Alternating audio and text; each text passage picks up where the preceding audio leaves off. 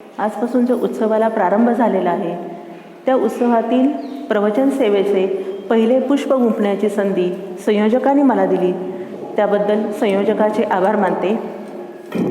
प्रथमतः अजित आणि अजितचं कुटुंबीय आणि सगळे संयोजक आहेत त्यांचं मनापासून कौतुक करते आणि आभारही मानते. कारण आत्ताची जी परिस्थिती आहे ती परिस्थिती पाहता खरं तर हे धाडसच म्हणावं लागेल. आणि त्याची जी तळमळ आहे की कडेगावचा उत्सव चांगल्या पद्धतीने पार पडावा, या तळमळीचं खऱ्या अर्थानं कौतुक करते आणि माझ्या आजच्या प्रवचन सेवेला सुरुवात करते.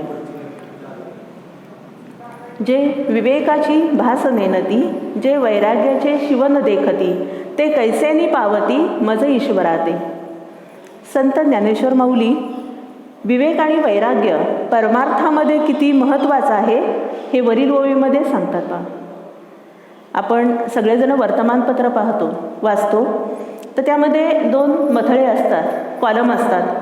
तर त्यामध्ये एका कॉलममध्ये पात्रता आणि दुसऱ्या कॉलममध्ये अर्हता असते की त्या जागेसाठी कोणती गुणसंपदा आवश्यक आहे ते त्या कॉलममध्ये लिहिलेलं असतं. आणि आज जर आपण पाहायला गेलो तर एका जागेसाठी हजारो अर्ज येतात. मग त्या हजारो अर्जातून एका व्यक्तीची निवड करायची असते. मग ती कशी केली जाते तर चाळणी पद्धतीने छाननी केली जाते. म्हणजे जी पात्रता आवश्यक आहे ती पात्रता जर धारण केलेली नसेल तर संबंधित जे अर्ज आहेत ते रद्द केले जातात. समजा एखाद्या हायस्कूल शिक्षकाची जागा भरायची, त्यासाठी क्वालिफिकेशन काय आवश्यक आहे तर BA किंवा BCom किंवा BSc आणि B.Ed आवश्यक आहे.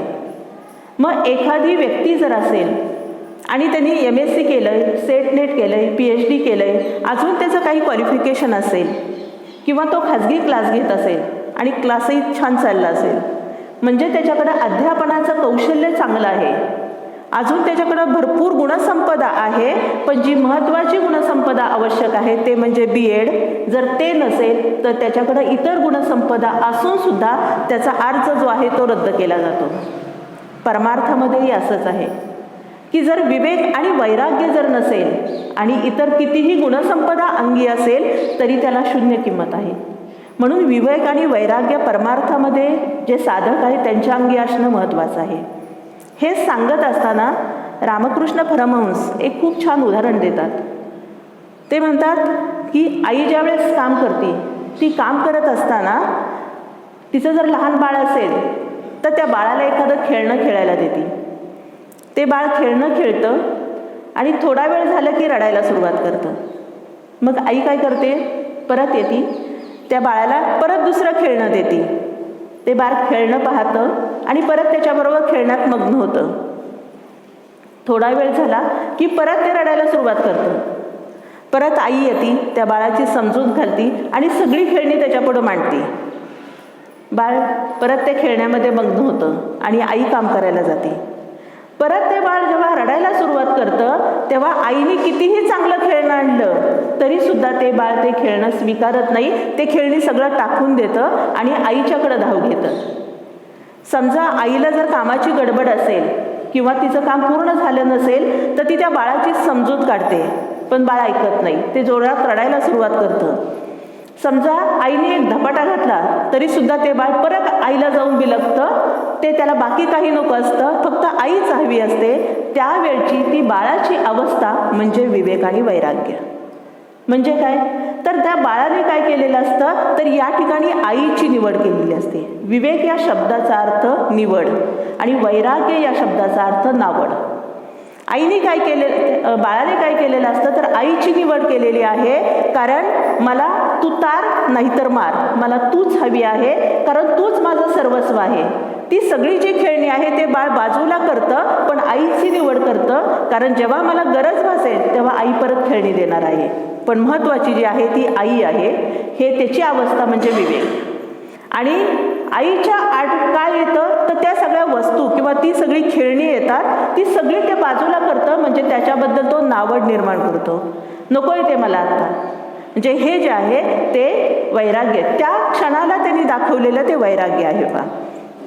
आणि मग या ठिकाणी परमार्थामध्ये अशा पद्धतीचं विवेक आणि वैराग्य आवश्यक आहे. आता वैराग्य या शब्दाचा अर्थ वैताग नव्हे, किंवा अगदी मनाविरुद्ध एखाद्या गोष्टीचा त्याग करणं म्हणजे वैराग्य नव्हे. तर वैराग्य जे आहे ते मनाने स्वीकारलेलं पाहिजे. मनाने त्या वस्तूची आसक्ती जी आहे ती आसक्ती कमी झाली पाहिजे, तर त्याला वैराग्य म्हणायचं. नाहीतर जर त्या विषयाचं आकर्षण असेल तर आणि फक्त जगाला दाखवण्यासाठी जर वैराग्य स्वीकारलं असेल तर त्या ज्या विषयाचं आकर्षण आहे ते मनामध्ये कुठंतरी दबा धरून बसतं आणि त्याच्या ज्या स्मृती आहेत त्या मनपटलावर कायम राहतात. म्हणून वैराग्य म्हणजे दमन नव्हे. मानसशास्त्रामध्ये संरक्षण यंत्रणा दिलेल्या आहेत पहा. म्हणजे जर विषय समायोजन जर होत असेल तर व्यक्ती स्वतःभोवती संरक्षण यंत्रणा तयार करते. त्यातली एक संरक्षण यंत्रणा म्हणजे दमन आहे पहा. तर ते दमन म्हणजे काय, तर आपल्याला मनातून एखादी गोष्टीची आवड आहे पण जगाला दाखवण्यासाठी मी त्याच्यापासून विरक्त आहे हे भासवणं आणि ती जी आवड असणारी वस्तू आहे ती मनात कुठंतरी लपून ठेवणं, त्याला दमन असं म्हटलं जातं. मग सिग्मंड फ्राईड या मानसशास्त्रज्ञांनी काय सांगितलंय की व्यक्ती दोन पद्धतीने, एक बोधावस्था आणि एक अबोधावस्था, या दोन संकल्पना मांडल्यात. मग आपण जे बोलतोय वागतोय हे सगळं जे आहे ते बोधावस्थेमध्ये आहे, दृश्यावस्थेमध्ये आहे. आणि अबोधावस्थेमध्ये काय असतं की आपण काही गोष्टी सांगू शकत नाही किंवा काही गोष्टी व्यक्त करू शकत नाही पण त्या मनामध्ये असतात, त्याला अबोधावस्था म्हणतात. मग असं जर वैराग्य जे आहे ते दमन करून झालेलं असेल तर एखादी वेळ ज्यावेळेस निर्माण होते, एखादी वेळ येते त्यावेळेस त्या दबा धरून बसलेल्या गोष्टी ज्या आहेत त्या बाहेर काढल्या जातात. आपण पाहतो का, टी व्हीला पाहतो किंवा वर्तमानपत्रामध्ये वाचतो की एखाद्या भोंदूबाबांनी अमुक एक वाईट कृत्य केलेलं आहे. हे त्याच्या हातून होणारं वाईट कृत्य म्हणजेच इथं दबा धरून बसलेल्या काही गोष्टी असतात पहा. म्हणून वैराग्य आणि विवेक जे आहे हे विवेकाशिवाय वैराग्य जे आहे ते योग्य नाही आहे पहा. म्हणजे जर वैराग्य जे आहे ते वैताग वाटला तर काय होतं पहा. एक संसारी व्यक्ती असतो. आता संसारी हा शब्द आवर्जून वापरला आहे कारण संसार म्हटल्यानंतर प्रत्येकाचे वेगवेगळे दृष्टिकोन बाहेर येतात पहा. खरं तर संसाराकडं 3 दृष्टिकोनातून पाहिलं जातं. पहिला जो दृष्टिकोन आहे तो म्हणजे संसार म्हणजे मजा आहे. म्हणजे काय, तर खायचं प्यायचं मस्त एन्जॉय करायचं, उद्याचं उद्या बघायचं, आजचं आज काय आहे ते करायचं, याला म्हणायचं संसार म्हणजे मजा, या दृष्टीने पाहिलं जातं. मध्यंतरीच्या काळात असं तरी होतं, हम दो हमारे दो, बाकी कुणाचा काही विचार करायचा नाही. आता तेही नाही आहे पहा. आता डिंक संस्कृती आलेली आहे. डिंक म्हणजे आपण जो चिकटवतो तो डिंक नाही आहे, तो जोडण्याचं काम करतो. आणि दुसरा जो आपण खातो तो पण पौष्टिक असतो, तोही डिंक नाही. डिंक म्हणजे DINK, double income no kids. म्हणजे पती पत्नी दोघं नोकरीला पाहिजे, पैसा भरपूर पाहिजे, पण आपल्या करिअरच्या आणि पैशाच्या आड लहान बाळ येईल, त्यामुळे लहान बाळाला जन्मच द्यायचा नाही आहे. एवढी संकुचित जी वृत्ती आहे ती आज निर्माण झालेली आहे. अशी व्यक्ती काय की संसार म्हणजे फक्त मजा आहे या दृष्टीने पाहते. दुसरा आहे संसार म्हणजे सजा आहे, की संसार म्हणजे काय, मुलांचा घराचा कुटुंबाचा सगळा म्हणजे त्रासच आहे, कटकट आहे, संसारात काही अर्थ नाही आहे, असं व्यक्ती मानती ती संसार या सजा या दृष्टीने पाहते. आणि तिसरा जो महत्त्वाचा प्रकार आहे किंवा जो दृष्टिकोन आहे तो म्हणजे संसार म्हणजे पूजा आहे. हा दृष्टिकोन ज्याच्याकडे आहे ती व्यक्ती पहा की एकमेकाचा आदर केला जातो. घरातले जे लहान मुलं आहेत ते मोठ्यांचा आदर करतात, वृद्ध माणसं आहेत ते लहानांची कदर केली जातात आणि पूजेसाठी जो आपला पवित्र भाव असतो तो पवित्र भाव मनामध्ये असतो. घर असावे घरासारखे, नको तर नुसत्या भिंती, तिथे असावा प्रेम जिव्हाळा, नको तर नुसती नाती. ही जी संकल्पना आहे ती प्रत्यक्ष उतरवण्यासाठी जे जे म्हणून करता येईल, जो जो त्याग करता येईल तो सगळा त्या कुटुंबामध्ये केला जातो. अशा पद्धतीने संसार ही पूजा मानली जाते पहा. मग हे जे आहे हे पाहणाऱ्याच्या दृष्टिकोनावरून असतं पहा. संसारामध्ये व्यक्ती त्याच असतात, फक्त दृष्टिकोन बदलला की हे प्रकार बदलतात. म्हणजे समजा एखादा मुलगा आहे, त्याचं नुकतंच लग्न ठरलं आणि त्याला जर विचारलं की मुलगी कशी आहे, तो अतिशय आनंदाने सांगतो, 1 नंबर मला मुलगी मिळाली पहा, अगदी चंद्रमुखी बायको आहे बघा. सगळ्यांना अगदी खुशीच सांगत असतो बायको चंद्रमुखी आहे. लग्न ठरल्यापासून 1 वर्ष होईपर्यंत त्याला कुणीही भेटलं तरी त्याचं तेच उत्तर असतं, मी फार भाग्यवान आहे, बायको मला मात्र चंद्रमुखी मिळाली. 1 वर्षानंतर त्याच मुलाला जर विचारलं काय म्हणती तुझी चंद्रमुखी, नाही रे बाबा फार माझा गैरसमज झाला, बायको चंद्रमुखी नाही सूर्यमुखी आहे. आणि त्यालाच 5 वर्षानंतर जर विचारलं बायको आता कशी आहे, चंद्रमुखी आहे का सूर्यमुखी आहे, तर तो हात जोडून सांगतो चंद्रमुखी पण नाही आहे, सूर्यमुखी नाही आहे, अगदी ज्वालामुखी आहे. बायको बदलली का? नाही, तीच आहे. पाहण्याचा दृष्टिकोन बदलला. असंच की त्या व्यक्तीच्या लग्नाला 10-15 वर्ष झाले होते, त्यामुळं त्याला संसार ही सजा वाटायला लागते. तो सांगतो संसारात काही तथ्य नाही आहे, आपण अरण्यात जायचं आणि परमार्थ साधायचा. एक दिवस पहाटे उठतो, संसार सोडतो आणि अरण्याची वाट धरतो. अरण्यात गेल्यानंतर चालतो, जे काही त्याला फळं मिळतील ती फळं खातो. अंधार पडल्यानंतर म्हणतो आता इथंच थांबूया. तिथं थांबतो झाडाखाली. भरपूर दमलेला असतो, त्यामुळे अगदी शांत झोप लागते. पहाटे लवकर उठतो. शांत झोप झाल्यामुळं प्रसन्न मनाने उठतो आणि म्हणतो खरंच आपण संसार सोडला ते बरं झालं. घरात आपल्याला गोळ्या घेतल्या तरी झोप लागत नव्हती. खरंच संसारात तथ्य नाही आहे, आता आपण परमार्थ करायचा. मग डोक्यात विचार येतो की जर पाठीमागून आपल्याला कोण शोधत आले तर आपण सापडेल, आपण अजून आतमध्ये जाऊया. म्हणून अजून तो जंगलात चालतो. त्या दिवशी त्याला कंटाळा येतो, रात्री शांत झोप लागते. परत 2 दिवस झाल्यानंतर मनात विचार येतो की आता आपण नामस्मरण करायचं, कुठंतरी छान जागा बघूया आणि तिथं आपण नामस्मरणाला सुरुवात करूया. एक जागा शोधतो. त्या दिवशी फारसं थकवा आलेला नसतो, त्यामुळे रात्री झोप लागत नाही आणि डोक्यात विचार येतात रिकामं मन सैतानाचा कारखाना, की आपण एवढ्या आतमध्ये जंगलात आलोय, इथं जर जंगली प्राणी असतील, जंगली श्वापदं असेल तर यांच्यापासून आपण संरक्षण कसं करायचं. खरं आपलं चुकलं, आपण संरक्षण करायला पाहिजे होतं ह्या जंगली प्राण्यांपासून. काही नाही, आपण संरक्षण करण्यासाठी एखादं काहीतरी झोपडी बांधूया. दुसऱ्या दिवशी उठतो, झाडाच्या फांद्या आणतो, काठ्या आणतो आणि झोपडी बांधायला सुरुवात करतो. 1-2 दिवसात त्याची व्यवस्थित झोपडी बांधून येते. झोपतो, छान सगळं त्याला व्यवस्थित वाटतं. झोपल्यानंतर मनामध्ये विचार येतो की खरं आपल्याला तहान लागली, काही झालं तर आपल्याला एखादा पाण्याचा माठ तरी पाहिजे. पण तो माठ खरेदी कसा करायचा.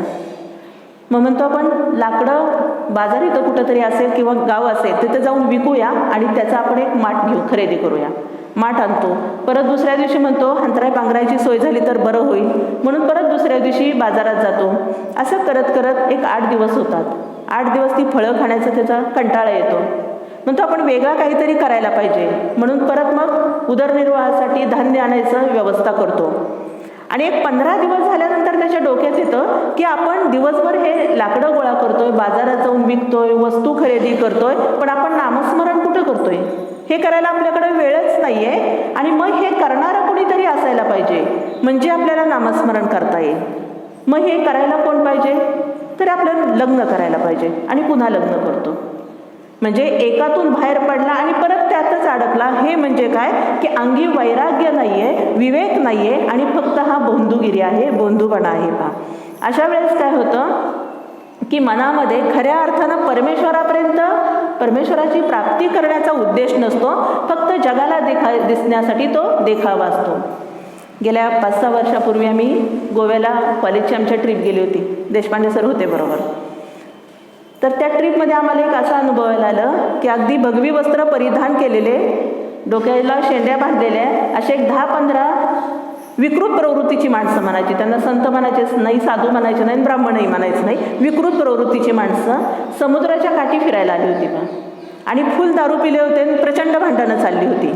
मग अंगावर भगवी वस्त्र आहे, शेंडी बांधलेली आहे, मग खरं त्यांच्या अंगात विवेक पण नाही, वैराग्य पण नाही. असा चुकीचा मार्ग मग स्वीकारला जातो. म्हणून विवेकाशिवाय वैराग्य जे आहे ते योग्य नाही आहे. म्हणून विवेक आणि वैराग्य जे आहे ते आवश्यक आहे. आता हे जे आहे ते फक्त परमार्थामध्येच आवश्यक आहे का, तर बिलकुल नाही आहे. पहा, जसं परमार्थामध्ये आवश्यक आहे त्याच पद्धतीने किंवा तेवढंच किंवा त्यापेक्षा जास्त हे संसारामध्ये आवश्यक आहे. ज्यावेळेस विवेक आणि वैराग्य अंगी असणारे त्यावेळेस कोणत्याही चुकीच्या गोष्टी ज्या आहेत त्या आपल्या हातून होणार नाहीत. पहा, आज जर आपण पाहायला गेलं तर आज भोगवाद जो आहे तो अधिकाधिक वाढलेला आहे, चंगळवाद वाढलेला आहे. पहा, आणि त्यातून अनेक समस्या ज्या आहेत त्या समस्या निर्माण झाल्यात. उदाहरणार्थ पहिली समस्या पाळणाघर आणि वृद्धाश्रम. भारतीय संस्कृतीला लागलेलं हे 2 कलंक आहेत. पहा, मग ही पाळणाघर असेल, वृद्धाश्रम असेल, भ्रष्टाचार असेल, गुन्हेगारी असेल, मानसिक ताण असेल, किंवा मानसिक विकार असतील, ह्या सगळ्या ज्या समस्या आहेत त्या कशामुळे निर्माण झाल्या, तर विवेक आणि वैराग्य यांच्या अभावातून समस्या ह्या निर्माण झाल्यात. मग जर ह्या समस्या सोडवायच्या असेल तर व्यक्तीच्या अंगी या दोन गोष्टी ज्या आहेत त्या अत्यावश्यकच आहेत. ज्यावेळेस त्या दोन गोष्टी असणार आहेत त्यावेळेस या समस्या ज्या आहेत त्या आपोआप नाहीशा होणार आहेत किंवा त्या समस्या मिटणार आहेत. काळानुसार अनेक गोष्टी ज्या आहेत त्या अनेक गोष्टीमध्ये बदल होतात. आज आपण पाहायला गेलं तर दोन गोष्टी ज्या आहेत त्या मानवाला प्रेरणा देत असतात. पहिली जी गोष्ट आहे ती म्हणजे अध्यात्म आणि दुसरं आहे ते भोगवादी किंवा भौतिक सुविधा. आज जर आपण पाहायला गेलं तर भौतिकवाद हाच माणसावर अधिकाधिक प्रभुत्व गाजत आहे आणि आपल्याला असं वाटतं की आपला खूप विकास झालेला आहे, आपण खूप प्रगती केलेली आहे, पण आपण खूप परावलंबी झालोय आणि अगतिक झालोय. गेल्या 2 वर्षामध्ये तर आपण हे सगळं अनुभवतोय पहा. म्हणून ह्या ज्या आहे की आपल्याला वाटतं अल्लाउद्दीनचा दिवा मिळावा अशी आपली अवस्था झाली. आपण वायुदेवता, जलदेवता, सूर्यदेवता, अन्नपूर्ण माता या सगळ्यांना प्रसन्न करून घेतलंय पहा. म्हणजे बटन दाबलं की लख्ख प्रकाश पडतोय, बटन दाबलं की वारा येतोय, लायटर पेटवला की अग्निदेवता प्रसन्न होते. अगदी आपण यूट्यूबवर बघून अगदी 10 मिनिटात पाहिजे तसा स्वयंपाक करू शकतो. शहरात तर स्वयंपाक करायचीही गरज नाही आहे. स्विगी झोमॅटोमधून ऑर्डर केली की 5 मिनिटामध्ये आपल्या दारामध्ये पदार्थ हजर होतोय. हे सगळं आपण एवढा विकास केला आपल्याला वाटतंय. जे ह्या सगळ्या वस्तू ज्या आहेत की घरामध्ये वस्तू संग्रहालय असावं असं आपण साहित्य गोळा केलेलं आहे, फर्निचर गोळा केलेलं आहे. ह्या सगळ्या वस्तू आपल्याकडे आहेत आणि आपण ह्या अंधारामध्ये साच पडतोय की मला सुख आणि समाधान कुठे मिळेल पा. कारण ह्या ज्या वस्तू आहेत या वस्तूपासून की जे जे डोळ्याचे दिसे ते ते नाशवंत असे. आपल्याला असं वाटतं या वस्तूमधून समाधान आहे, आनंद आहे, सुख आहे, म्हणून मनुष्य त्यासाठी त्या खरेदी करण्यासाठी धडपडतो. तो किती धडपडतो तर धड पडेपर्यंत धडपडतो आणि धड पडायच्या वेळेस त्याला जर विचारलं की तुला आयुष्यात किती सुख मिळालं, समाधान मिळालं का, तर दुर्दैवानं त्याचं उत्तर नकारार्थी असतं का. उपनिषदामध्ये एक प्रसंग सांगितलेला आहे पहा. गार्गी, मैत्रेयी आणि याज्ञवल्क्य ऋषी यांचा संवाद त्या ठिकाणी आहे की गार्गीला पृथ्वीवरची अमाप संपत्ती मिळाल्यानंतर ती ऋषींना प्रश्न विचारते की मी पृथ्वीची एवढी संपत्ती माझ्या मालकीची झालेली आहे, त्यामुळं मला अमृतत्वाचा लाभ होईल का.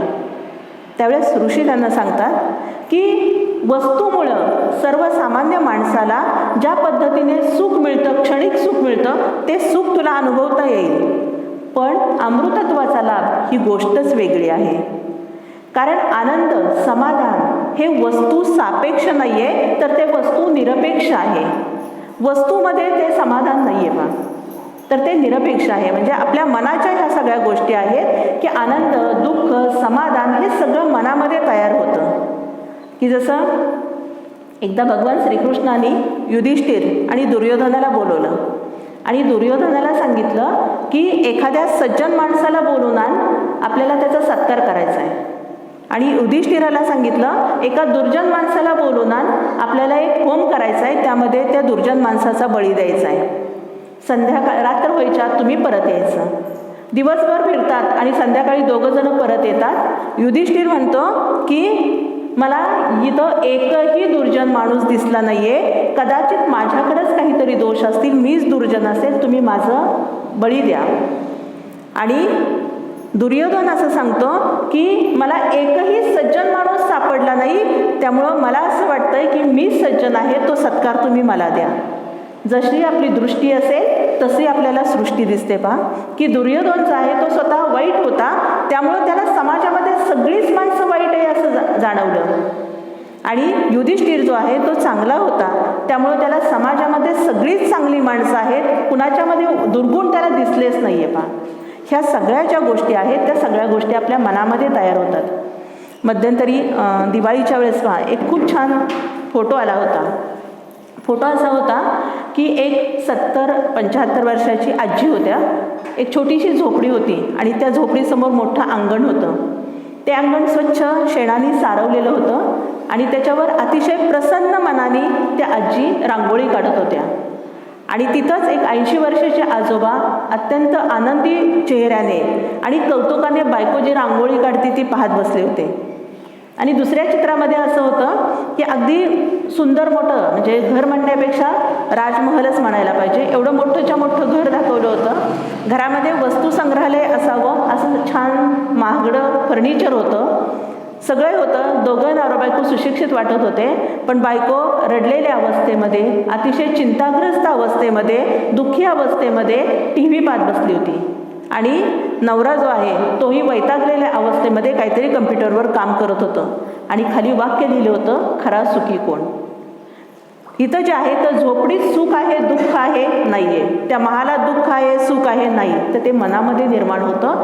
मनात जर आनंदी वृत्ती असेल, मनातून जर चांगले व्यक्त असेल तर आपल्याला समोरचं आहे त्याच पद्धतीने दिसतं. म्हणून आपलं मन जे आहे त्या मनामध्ये आपला विवेक जागा करायचा आहे आणि चांगल्या वृत्तीने जे आहे ते आपण राहायचं आहे. पहा आता या ठिकाणी कितीही परमार्थाच्या गप्पा मारल्या किंवा संसार जो आहे तो मिथ्या आहे हे सगळं आपण मान्य केलं तरीसुद्धा आपण सर्वसामान्य माणसं, जोपर्यंत हे शरीरसृष्टी आहे तोपर्यंत आपल्याला ह्या सगळ्या वस्तू ज्या आहेत त्या वस्तूतला आनंद घ्यावा, त्या वस्तूपासून सुख घ्यावं ही आपल्या सर्वसामान्यांची इच्छा आहे. पहा आणि म्हणूनच महाराजांनी पण सांगितलं आहे की परमेश्वर कृपेने, भगवंताच्या कृपेने तुम्हाला जर राजवैभव मिळालं असेल तर तुम्ही त्याचा उपभोग घ्या.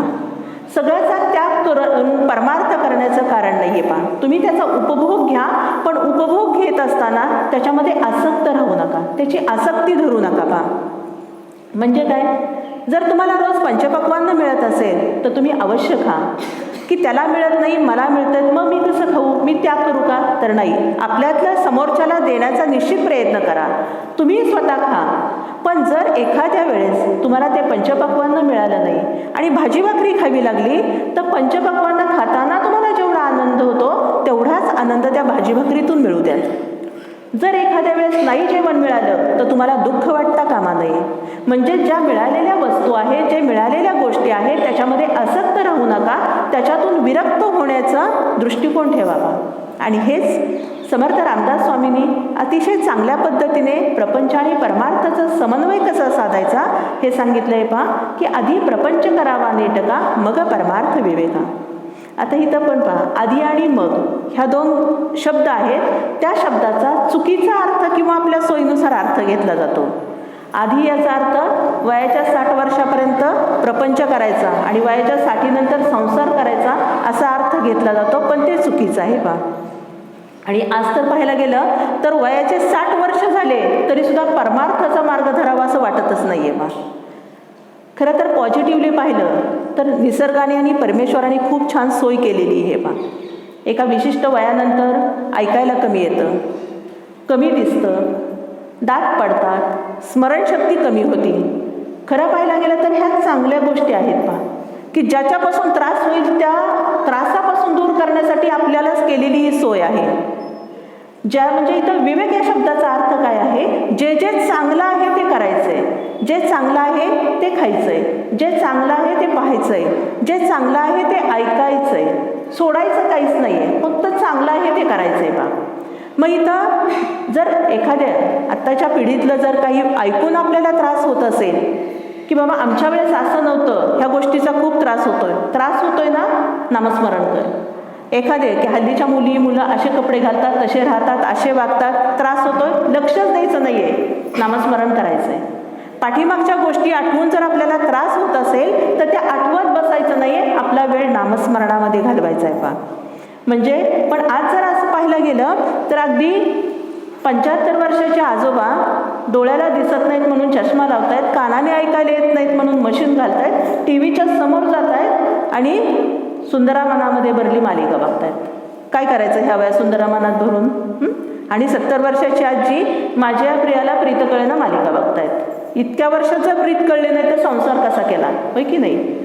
पण दुर्दैवानं असे आजी आजोबा सुद्धा आज आहेत. पहा ज्या घरातले आजी आजोबा या मालिका पाहतात किंवा अशा अवस्थेमध्ये आहेत त्याच घरातली लहान मुलं आणि तरुण वर्ग संस्कारिक असावा ही अपेक्षा करणं चुकीचं आहे. पहा कारण संस्कार हे मारून मटकून होत नाही आहेत किंवा ते कुठल्याही विद्यालयामध्ये मिळत नाही आहेत. घरातल्या जे मोठी माणसं आहेत त्यांच्या अनुकरणातून संस्कार केले जातात. आज मोठमोठी संस्कार शिबिरं आपण पाहतो किंवा संस्कार वर्ग पाहतो. पण संस्कार हे वळवाच्या पावसाप्रमाणे करायचे नाहीत, तर ते दवबिंदूप्रमाणे करायचे पहा. की ज्याप्रमाणे वळवाचा पाऊस अचानक धो धो धो धो कोसळतो, त्याची कुठलीही कल्पना नसते, त्या पावसाचा फायदा होण्याऐवजी तोटाच खूप होतो का. याच्या उलट दवबिंदू जो आहे ते पहाटेच्या शांत वेळी येतात पहा. ते येतात त्याची आपल्याला जाणीवसुद्धा नसते, पण त्या दवबिंदूचा आयुर्वेदामध्ये खूप उपयोग सांगितलेला आहे पहा. की चेहऱ्याला लावला की पार्लरमध्ये जायची गरज पडत नाही आहे, किंवा पशुपक्ष्यांना सुद्धा त्याचा उपयोग आहे. आपले संस्कार अशा पद्धतीने असायला पाहिजेत की आई वडील किंवा घरातले जे वृद्ध व्यक्ती आहेत त्यांचे आचार विचार उच्चार याच्यातून संस्कार लहान मुलांवर घडतात. अशा पद्धतीचे मुलं घडायला पाहिजेत. जर त्या घरातली मोठी माणसं चांगली असतील तर 100% त्या घरातली लहान मुलं जी आहेत तीही संस्कारिक निपजतात पहा. पण जर आजी आजोबा असतील तर निश्चितच मुलं ही संस्कारिक होणार नाही. मग आधी आणि मग या दोन शब्दाचा अर्थ असा आहे पहा की आधी म्हणजे की आपली पहाटे उठल्यापासून रात्री झोपेपर्यंत जी दिनचर्या सांगितली आहे त्याच्यामध्ये काही वेळ जो आहे तो आपले कर्तव्य कर्म करायसाठी व्यतीत करायचा आहे. काही काळ विश्रांती घ्यायची, काही काळ शरीर चांगलं राहण्यासाठी व्यायाम करायचा आहे, आणि काही काळ जो आहे तो मन चांगलं राहण्यासाठी परमार्थ करायचा आहे. की प्रपंच आणि परमार्थ, प्रपंचाचाही अतिरेक जर केला तर माणूस दुःखी होतो, आणि परमार्थाचा अतिरेक केला तर खायला अन्न मिळणार नाही आहे. ह्या दोन्हीचा समन्वय साधता आला पाहिजे पहा. आपल्या सगळ्यांना जातं माहिती आहे, आपली पिढी एवढ्या बाबतीत एक भाग्यवान आहे पहा. आपल्याला जुन्याही सगळ्या गोष्टी माहिती आहेत, त्या कशा वापरायच्या हे पण माहिती आहे, आणि नवीनसुद्धा आपल्याला सगळं माहिती आहे. त्यामुळे जातं आपल्या सगळ्यांना माहिती आहे. त्या जात्याला खालचं जातं आणि वरचं जातं, दोन जाती असतात पहा. आपण ज्यावेळेस धान्य टाकतो त्यावेळेस काय तर खालचं जातं स्थिर ठेवतो, आणि वरचं जातं जे आहे ते फिरत असतं, आणि त्याच्यातून पीठ बाहेर येतं. आता फारशी जाती नाही आहेत. लग्न कार्यामध्ये जातीपूजनसाठी जातं आणलं जातं. अशा फरशीवर जर जातं ठेवलं आणि ते फिरवायचा आपण प्रयत्न केला तर काय होणार आहे, ती दोन्ही जाती फिरणार आहेत पहा. अगदी आपण दिवसभर जातं फिरवायला लागलं तरी ती दोन्ही जाती फिरणार आहेत, आणि फक्त आपल्याला कष्ट पडणार आहेत, आपला उद्देश साध्य होणार नाही आहे पहा. त्यासाठी एक जातं स्थिर असणं आवश्यक आहे. आपलंही असं आहे पहा की आपल्याला शरीर आणि मन ही दोन जातीच आहेत. कार्य कर्तव्य करण्यासाठी आपल्याला शरीर फिरतं ठेवणं हे आवश्यक आहे, पण शरीर फिरतं ठेवून त्याच्याबरोबर जर मन सैरावैरा धावत असेल, मनही फिरत असेल तर आपल्याला फक्त कष्ट आणि त्रास पडणार आहे. म्हणून शरीराने कष्ट करायचे, शरीर फिरतं ठेवायचं आहे, आणि मन जे आहे ते भगवंताच्या चरणी स्थिर करायचं आहे. आणि मन भगवंताच्या चरणाशिवाय कुठंही स्थिर होणार नाही आहे. म्हणून ते भगवंताच्या चरणी स्थिर केलं तर या ठिकाणी आपल्याला त्रास होणार नाही आहे, आपल्या कामामध्ये आपल्याला कष्ट पडणार नाहीत का. आपण कीर्तनातून प्रवचनातून अनेक जणांकडून आपण ऐकतो की भगवंतांनी आपल्या शिष्यांना आपल्या भक्तांना वेगवेगळ्या माध्यमातून मदत केलेली आहे. मग संत चोखामेळा असतील, संत सावतामाळी असतील, संत तुकाराम महाराज असतील, संत गोराकुंभार असेल, जनाबाई असेल, ह्या सगळ्यांना काय केलेलं आहे तर प्रत्येकाला आपल्या त्यांच्या कामामध्ये मदत केलेली. आता भगवंतांनी येऊन प्रत्यक्ष मदत केली का नाही हे कोणीच पाहिलेलं नाही आहे. आपण याच्यातून असा अर्थ घ्यायचा आहे पहा की ह्या सगळ्या व्यक्तींनी, या सगळ्या संतांनी आपलं कार्य जे आहे ते कार्य व्यवस्थित केलेलं आहे, आणि ते कार्य करत करत भगवंताचं नामस्मरण केले. हे नामस्मरण करत असताना ते काम कसं झालं हे त्यांनाच कळलं नाही, त्या कामापासून त्यांना त्रास झाला नाही, म्हणून भगवंतांनी मला मदत केली असं त्या ठिकाणी आपण अर्थ घ्यायचा आहे पहा.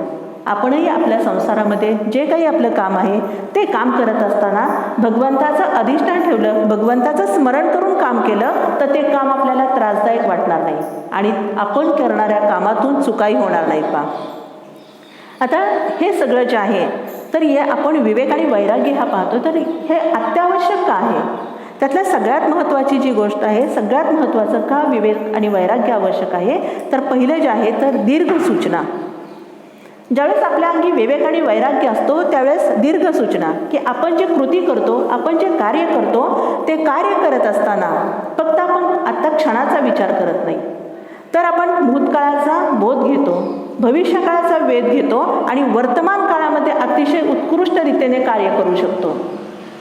आपण जे काम करतो त्या कामाचा पुढच्या भावी काळामध्ये स्वतःला आणि आपल्या कुटुंबाला किंवा समाजाला काय दुष्परिणाम होणार आहे याचा विचार केला जातो आणि मग त्या पद्धतीने कृती केली जाते.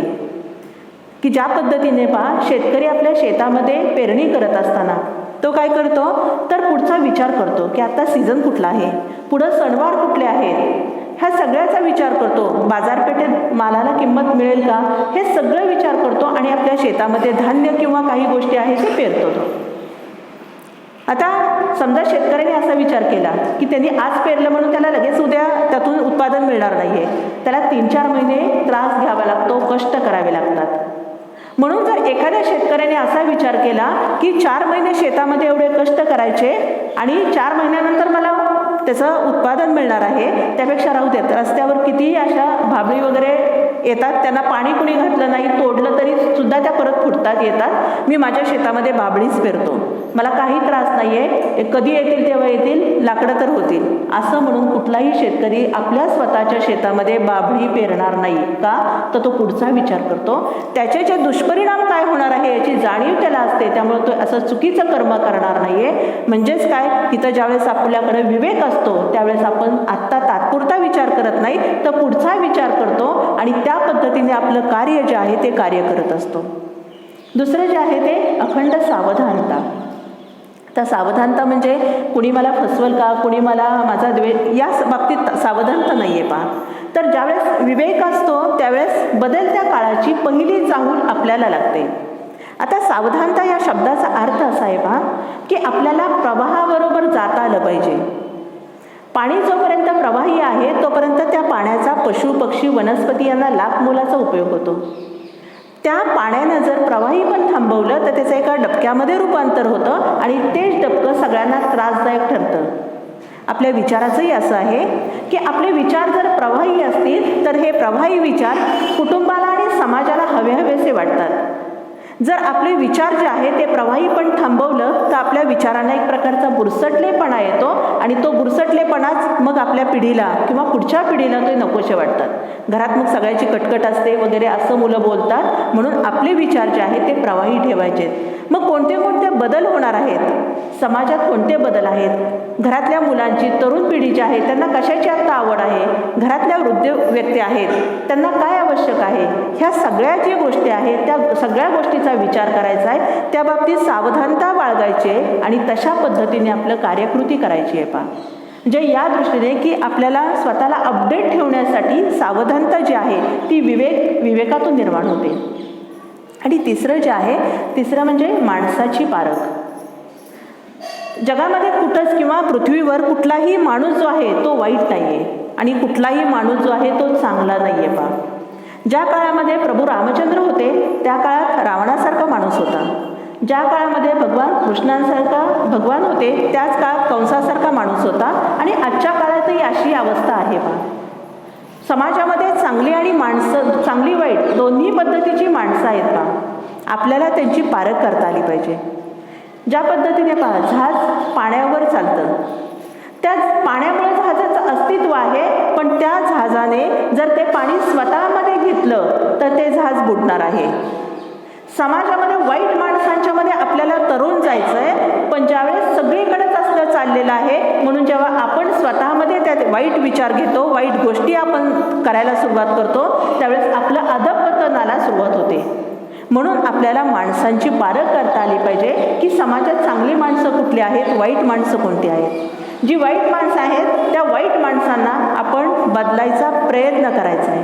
पण जर ती माणसं बदलत नसतील तर आपण स्वतःच बदल करायचा नाही तर आपण त्याच्यापासून परावृत्त व्हायचं आहे आणि अशा पद्धतीने माणसांची पारख करून आपण आपलं जीवन जे आहे ते व्यतीत करायचं आहे.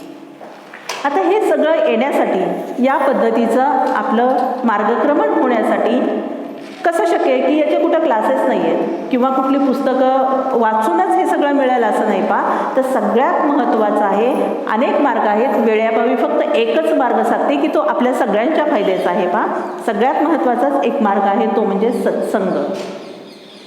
की ज्यावेळेस सत्संगाच्या माध्यमातून किंवा सत्संगामध्ये आपण जातो, चांगल्या व्यक्तीच्या संगतीमध्ये आपण राहतो त्यावेळेस खऱ्या अर्थानं विवेक आणि वैराग्य अंगी येतं आणि म्हणून आत्ता आताच्या काळामध्ये जी भयावह आत्ता परिस्थिती आहे त्या परिस्थितीतून काही अंशी आपल्याला बोध व्हावा या उद्देशाने मी आज विवेक आणि वैराग्य हा विषय घेतलेला आहे का की सत्संग आज जर पाहायला गेलं तर सोशल मीडिया असेल किंवा चर्चेच्या माध्यमातून अनेक वाईट गोष्टींना इतकं उदाहरण येतं आहे पहा. अगदी कालपर्यंत टी व्ही एक 5 मिनटं फक्त लावला का तर काय वातावरण आहे बघण्यासाठी ते बघितल्यानंतर असं वाटलं फार खूप त्रास आहे की काय, म्हणजे इतकं भयावह परिस्थिती.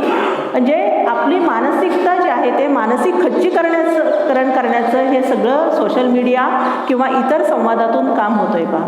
म्हणून ह्या सगळ्या जे आहे ते विधिलिखित जे आहे ते होणार आहे, फक्त त्याच्या आधी मनामध्ये विचार करून आणि वाईट गोष्टीवरच आपण फोकस देऊन आपलं जीवन व्यतीत करायचं नाही पहा.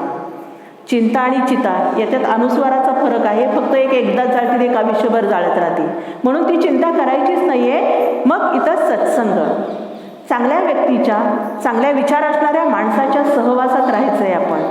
कारण चांगल्या विचारांच्या चांगल्या व्यक्तींच्या सहवासात ज्यावेळेस आपण राहतो त्यावेळेस आपलं जवळजवळ 50% त्रास हा कमी होतो पहा. मानसशास्त्रीय दृष्ट्या आहे पहा की प्रत्येक आजार जो आहे तो आधी मनामध्ये तयार होतो आणि मग शरीरावर दिसतो पहा. म्हणून आपलं मन जे आहे ते मन आपलं सक्षम ठेवायचं आहे, मनामध्ये वाईट गोष्टीच आणायच्या नाही आहेत पहा. कारण आनंद आणि दुःख हे दोन्ही संसर्गजन्य आजार आहेत पहा. घरातील एक व्यक्ती जर त्रासदायक असेल किंवा दुःखी असेल, त्रासिक असेल तर सगळं घर जे आहे ते त्रासलेलं असतं. आणि घरातील एखादी व्यक्ती आनंदी असेल तर ती सगळं घर आनंदी करू शकते. म्हणून आपण स्वतः मनातून आनंदी कसं राहता येईल, मनातून पॉझिटिव्हली कसं राहता येईल याचा प्रयत्न करायचा आहे. आणि याच्यासाठी गरज आहे ती चांगल्या व्यक्तींच्या सहवासात राहायचं आहे. जे म्हणून तुम्हाला चांगली पुस्तकं असतील, चांगल्या मालिका असतील, चांगले दूरदर्शनवरचे कार्यक्रम असतील ते अवश्य पहा. चांगल्या जिथून मिळेल चांगल्या गोष्टी व्यक्तींच्या संपर्कात तुम्ही राहा आणि चांगल्या पद्धतीने विचारांची देवाणघेवाण करावा. सत्संगतीमध्ये किती सामर्थ्य आहे एक उदाहरण सांगते. एक बाई असते, तिच्या पतीचं निधन झालेलं असतं आणि ती प्रचंड आक्रोश करत होती. तेवढ्यात रस्त्यावरून एक संत जातात. संत याचा अर्थ एक सज्जन व्यक्ती जातात आणि ती त्या व्यक्तीला पाहते, पळत जाते आणि त्या संताचं पाय धरते आणि म्हणते काही करा पण माझ्या पतीला तुम्ही जिवंत करा. ते तिला समजून सांगतात, अगं जन्ममरणाचा फेरा मी चुकवू शकत नाही. ती म्हणते तुम्ही खोटं बोलताय, मी हे ऐकलेलं आहे, मी हे वाचलेलं आहे की संतांकडे ते सामर्थ्य असतं की मृत व्यक्तीला जिवंत करण्याचं. तुम्ही काही करा पण माझ्या पतीला जिवंत करा. तुम्ही जोपर्यंत जिवंत करत नाही तोपर्यंत मी तुमचे पाय सोडणार नाही. ते संत विचार करतात की यातून सुटका कशी करून घ्यायची. म्हणून ते तिला सांगतात, बाळ तू एक काम कर, 30 दिवस तू अखंड रामनामाचा जप कर. 31व्या दिवशी तुझे पती तुला परत मिळतील. तिला खूप आनंद होतो. ती आनंदाने घरी जाते आणि अखंड रामनामाचा जप सुरू करते. इकडे त्या संतांच्या मनामध्ये विचार येतो की आपण त्या मुलीशी खोटं नको होतं बोलायला. ती किती अपेक्षेनं आपल्याकडे आली होती आणि आपण तिच्या भावनेशी खेळायला नको होतं. परत त्यांच्या मनात विचार येतो, असू देत आपण तिला रामनाम घ्यायला सांगितलंय, वाईट तर काही नाही आहे ना. तिला 30 दिवस रामनाम घेऊ द्या. 31व्या दिवशी आपण जाऊन खरं काय आहे ते तिला सांगूया. 30 दिवस होतात. 31व्या दिवशी ते विचार करतात आपण आता त्या मुलीच्या घरी जायचं. ती मुलगी आपल्याला गेल्या गेल्या शिव्याशाप देईल, हातात असेल ते फेकून मारल, पण आपण ते शांत बसून ऐकून घ्यायचं का आता आपण तिच्याशी खोटं बोललोय. ते 31व्या दिवशी तिच्या घरी जातात. त्यांना पाहिल्यानंतर ती आतमध्ये जाते, पाय धुवायला गरम पाणी आणते, त्यांना घरात बोलवते, त्यांना बसायला पाट देते, पाणी पिण्यासाठी पाणी देते. त्यांच्या मनामध्ये विचार येतो की खरंच असा काही चमत्कार झाला आहे का, हिचे पती परत आलेत का. ते अतिशय शांतपणे विचारतात, बाळ मिळाले का तुला तुझे पती. ती तेवढ्या शांतपणे म्हणते, अहो एकदा गेलेला का माणूस परत येतो, मला काय हे माहीत नाही. खरं सांगू या 30 दिवसामध्ये मला माझे पती मिळाले नाही पण मला रघुपती मिळाले. म्हणजे इथं काय आहे की तिचे पती मिळाले नाही, पण ते दुःख सहन करण्याचं सामर्थ्य तिच्यामध्ये निर्माण झालं. याच पद्धतीने की ज्यावेळेस आपण संतांची संगत धरतो, चांगल्या व्यक्तीच्या संगतीत राहतो, त्यावेळेस आपलं दुःख नाहीसं होत नाही, पण त्या दुःखाची तीव्रता जी आहे ती तीव्रता कमी होते. आणि ही तीव्रता कमी होण्यासाठी विवेक आणि वैराग्य जे आहे ते आवश्यक आहे. वाल्मिक ऋषी होण्याचं सामर्थ्य जे आहे ते सत्संगतीत आहे. आणि म्हणूनच आत्ताची जी भयावह परिस्थिती आहे, या भयावह परिस्थितीतून बाहेर जर पडायचं असेल तर फक्त आपल्याला भगवंताशिवाय किंवा या अध्यात्माशिवाय चांगल्या व्यक्तीच्या देवाणघेवाणीतूनच आपण यातून बाहेर पडणार आहे. आणि म्हणून विवेक आणि वैराग्य जे आहे ते आपल्या सगळ्यांच्या अंगी असणं आवश्यक आहे. आणि हे जे गुण आहेत हे आपल्या सगळ्यांच्या अंगी यावेत अशी भगवंताच्या चरणी प्रार्थना करते. पुन्हा एकदा संयोजकांनी आज पहिले पुष्प गुंफण्याची संधी मला दिली, त्याबद्दल संयोजकांचे आभार मानते, उपस्थित सगळ्या श्रोतेवर्गांचे आभार मानते आणि माझी आजची प्रवचन सेवा महाराजांच्या चरणी अर्पण करते. अनंत कोटी ब्रह्मांड नायक राजाधिराज प्रभू रामचंद्र की जय. श्रीराम. विवेक आणि वैराग्य हा विषय घेऊन अंजली मॅडमने अतिशय उत्तम रीतीनं या ठिकाणी आपल्याला प्रबोधन केलं. अंजली मॅडम अनेक वर्ष आपल्या या ठिकाणी प्रवचन करतायत, आपण त्यांचं ऐकतो आहे. आता एवढंच नव्हे तर त्या यूट्यूबवर देखील त्यांचे काही त्यांनी विषय मांडलेले आहेत. ताणताणाचं व्यवस्थापन हा अतिशय उत्कृष्ट रीतीनं 4-5 भागामध्ये त्यांनी हा विषय मांडलेला आहे. त्यांचा अभ्यास मोठा आहे. आपल्या ह्या पश्चिम महाराष्ट्रामध्ये काही जिल्ह्यांमध्ये देखील त्या प्रवचनाला जात असतात.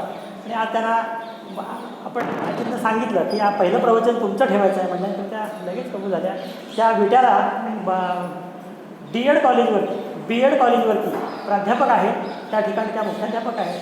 अतिशय उत्तम रीतीने त्यांनी या ठिकाणी आपल्याला विवेक आणि वैराग्य हा विषय या ठिकाणी म्हटला. आपण दासबोध वाचला, दासबोधामध्ये वैराग्य निरूपण असा एक समास आहे. समर्थांना विवेक आणि वैराग्य हे 2 विषय इतके प्रिय होते आणि हे 2 शब्द त्यांनी अनेक वेळा मांडलेले आहेत. आपण दासबोध वाचतो त्यावेळेला आपण बघितल्यावर आपल्या लक्षात येईल, परंतु आम्ही दासबोधाचं पारायण करतो परंतु त्याचा अर्थ बघत नाही, त्याच्या कारणानंच घोटाळा होतो. तर आपण पारायण न करता त्याचा अर्थही बघितला पाहिजे पारायण करण्याबरोबरच. अतिशय उत्तम रीतीने त्यांनी या ठिकाणी हा विषय मांडला.